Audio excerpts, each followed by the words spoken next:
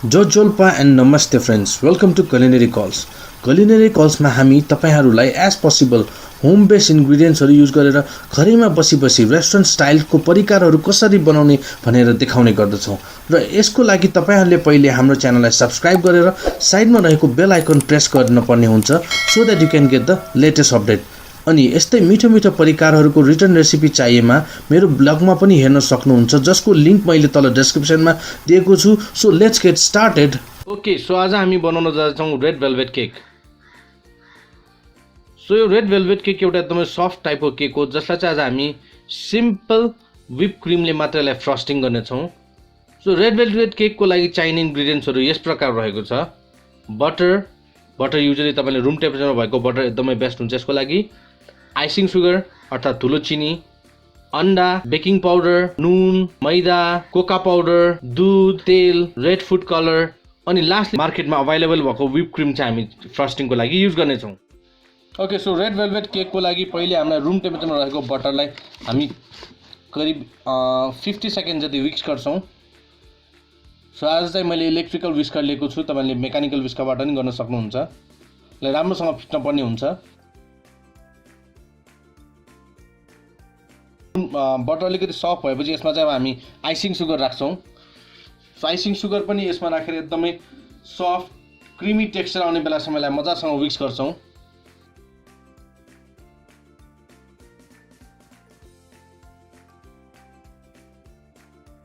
सो हेर्नुहोस्, हाम्रो बटर र सुगर एकदमै मजासँग इमल्सिफाई भएर बटर र सुगर एकदमै सफ्ट भएर क्रिमी टेक्सचर दिइसकेको छ। अब हामी बिस्तारै एक एक गर्दै अन्डा एड गर्छौँ।